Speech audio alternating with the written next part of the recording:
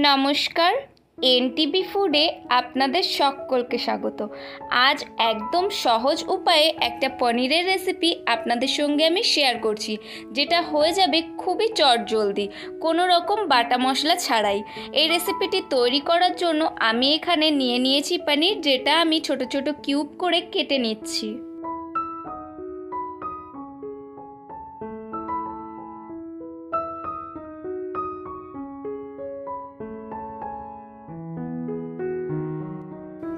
পনিরের কিউবগুলো কেটে আমি সাইড করে রেখে দিচ্ছি। আর এদিকে একটা কড়া গরম করে নিয়ে তাতে তেল গরম করে নিয়েছি।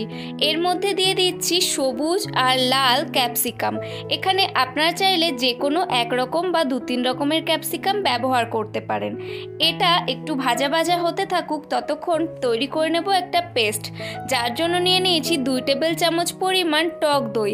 এর মধ্যে দিয়ে দেব স্বাদ অনুযায়ী লবণ, সঙ্গে আরও দিয়ে দেব 1 চা চামচ পরিমাণ হলুদ গুঁড়ো এবং 1 চা চামচ পরিমাণ কাশ্মীরি লঙ্কার গুঁড়ো। এর মধ্যে দিয়ে দিচ্ছি 1 চা চামচ পরিমাণ জিরে গুঁড়ো এবং 1 চা চামচ পরিমাণ চিনি।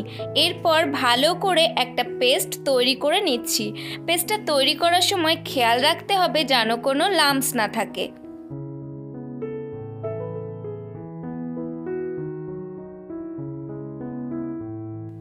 এই পেস্টটা আমার তৈরি করা হয়ে গিয়েছে। এবারে কড়াইতে যে ক্যাপসিকামগুলো ফ্রাই হচ্ছিল তার মধ্যে দিয়ে দিচ্ছি স্বাদ অনুযায়ী কয়েকটি চেরা কাঁচা লঙ্কা।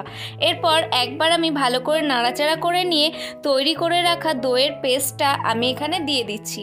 এরপর ভালো করে একবার আমি এটা মিশিয়ে নিচ্ছি। তারপর এই বাটি ধুয়ে আমি দিয়ে দেব পরিমাণ মতো জল। এটা একটা গ্রেভি রেসিপি হবে, তাই খুব বেশি জল আমি এখানে দিচ্ছি না।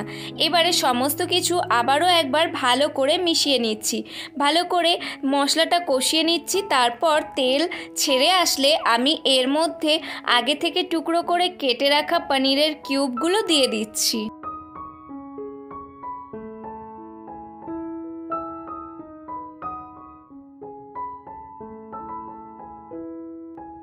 ভালো করে এবার এটা আমি সমস্ত কিছুর সঙ্গে মিশিয়ে নিচ্ছি।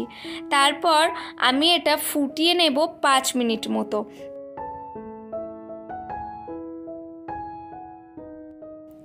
নেক্সট আমি এখানে অ্যাড করে দিচ্ছি সামান্য ধনেপাতা কুচি। এরপর এটাকেও একটু ভালো করে আমি মিশিয়ে নিচ্ছি।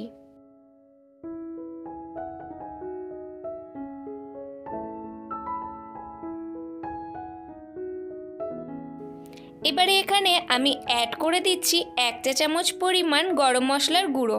গরম মশলার গুঁড়োটা দিয়ে আবারও একবার ভালো করে মিশিয়ে নিচ্ছি।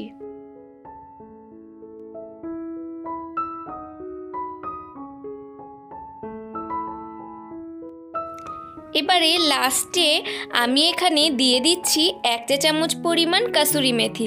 এরপর ভালো করে একবার মিশিয়ে নিলেই তৈরি আমাদের এই ঝটপট দই পনির। এই রেসিপিটি কিন্তু খুব সহজ এবং অনেক চটজলদি হয়ে যায়। কম উপকরণ হলেও রেসিপিটি খেতে কিন্তু দুর্দান্ত লাগে। ভাত, পোলাও, রুটি, পরোটা যে কোনো কিছুর সঙ্গে এই রেসিপিটি সার্ভ করা যায়। আজকের এই ছোট্ট রেসিপি আপনাদের কেমন লাগলো আমাকে অবশ্যই কমেন্টে লিখে জানাবেন। আর ভালো লাগলে একটা লাইক করবেন। দেখা হবে নতুন কোনো রেসিপি নিয়ে অন্য কোনো নতুন ভিডিওতে। ততদিন সবাই সুস্থ থাকবেন, নিজের খেয়াল রাখবেন আর রেগুলার নিত্য নতুন রান্না করে নতুন নতুন স্বাদের মজা নেবেন।